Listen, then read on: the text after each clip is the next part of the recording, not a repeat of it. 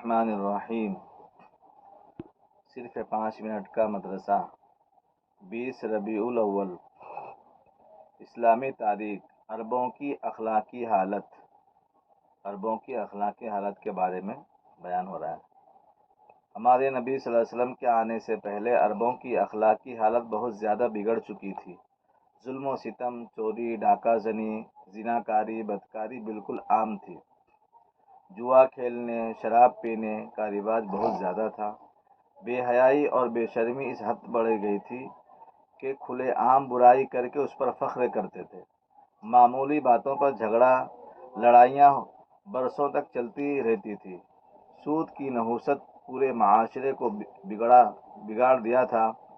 عورتوں کے ساتھ بے انتہا سلوک، بے رحمانہ سلوک، انہیں میراث میں حصہ نہیں دیا جانا اور لڑکیوں کی پیدائش کو اپنے لیے ذلت اور رسوائی کا سبب سمجھ کر بعض قبیلے والے اپنے ہی ہاتھ سے زندہ دفن کرتے تھے۔ کمزوروں، یتیموں کے ساتھ بڑی ناانصافی برتی جاتی تھی اور ان کے حقوق کو پامال کیا جاتا تھا۔ اسی طرح اور بھی بہت سی دوسری برائیاں ان میں رواج پا چکی تھی۔ حضور صلی اللہ علیہ وسلم کا معجزہ، کھجور کے گچھے کا چلنا۔ ایک دیہاتی رسول اللہ صلی اللہ علیہ وسلم کی خدمت میں آیا اور کہا کہ مجھے یہ کیسے یقین آئے کہ آپ نبی ہیں؟ آپ نے فرمایا، اگر میں اس کھجور کے خوشے یعنی گچھے کو بلا لوں تو تم میرے نبی ہونے کو مان لو گے؟ اس نے کہا ہاں۔ آپ صلی اللہ علیہ وسلم نے اس گچھے کو بلایا۔ وہ درخت سے اتر کر رسول اللہ صلی اللہ علیہ وسلم کے پاس آیا اور پھر آپ صلی اللہ علیہ وسلم کے حکم سے واپس چلا گیا۔ دیہاتی فوراً اس چیز کو معجزہ سمجھ کر ایمان لے آیا۔ ایک فرض کے بارے میں، صبح کی نماز ادا کرنے پر حفاظت کا ذمہ داری۔ رسول اللہ صلی اللہ علیہ وسلم نے فرمایا، جس نے صبح کی نماز ادا کی وہ اللہ کی حفاظت میں ہے، یعنی اللہ تعالیٰ اس کی حفاظت فرماتے جو صبح کی نماز فجر کی پڑھتا ہے۔ ایک سنت کے بارے میں، قبر کے عذاب سے بچنے کی دعا۔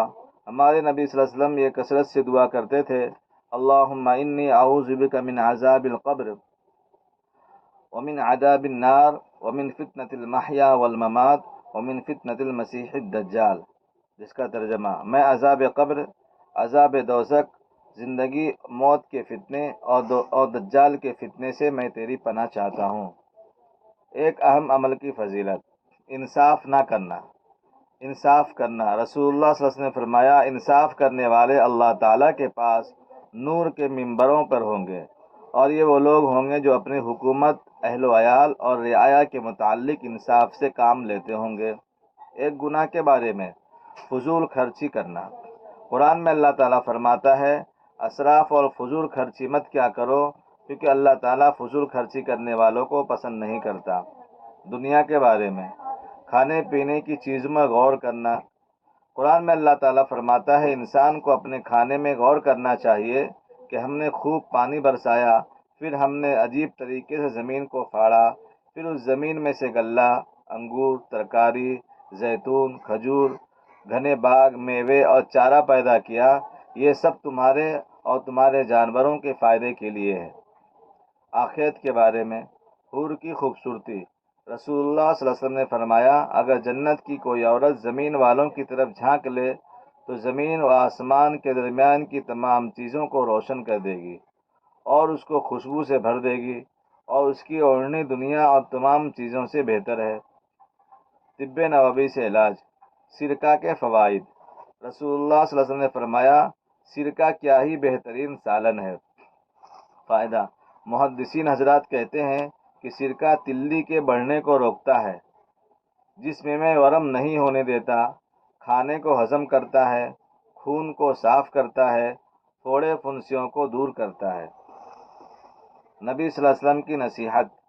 نبی صلی اللہ علیہ وسلم نے فرمایا، جب تم میں سے کوئی شخص جمائی لے، جمائی ہاپی آتی نا ایسا، تو اپنا ہاتھ منہ پر رکھے، ایسا اپنا ہاتھ، جب جمائی آیا ایسا ہاپی تو اپنا ہاتھ منہ پر رکھے، کیونکہ کھلے منہ میں شیطان داخل ہو جاتا ہے۔ اگر اپنا منہ ایسا کھلا رہے گا تو اس میں کیا ہے، شیطان گھس جائے گا اور پیشاب کر دے گا۔ اس لیے جب بھی جمائی آئے تو روکے، نہ روکے تو بائیں ہاتھ ایسا الٹا ایسا رکھ لیں۔ اللہ تعالی ہم سب کو عمل کی توفیق عطا فرمائے۔ یہ بہت ہی قیمتی باتیں ہیں، اس لیے اپنے بھائیوں میں شیئر ضرور کریں۔ جزاک اللہ خیر۔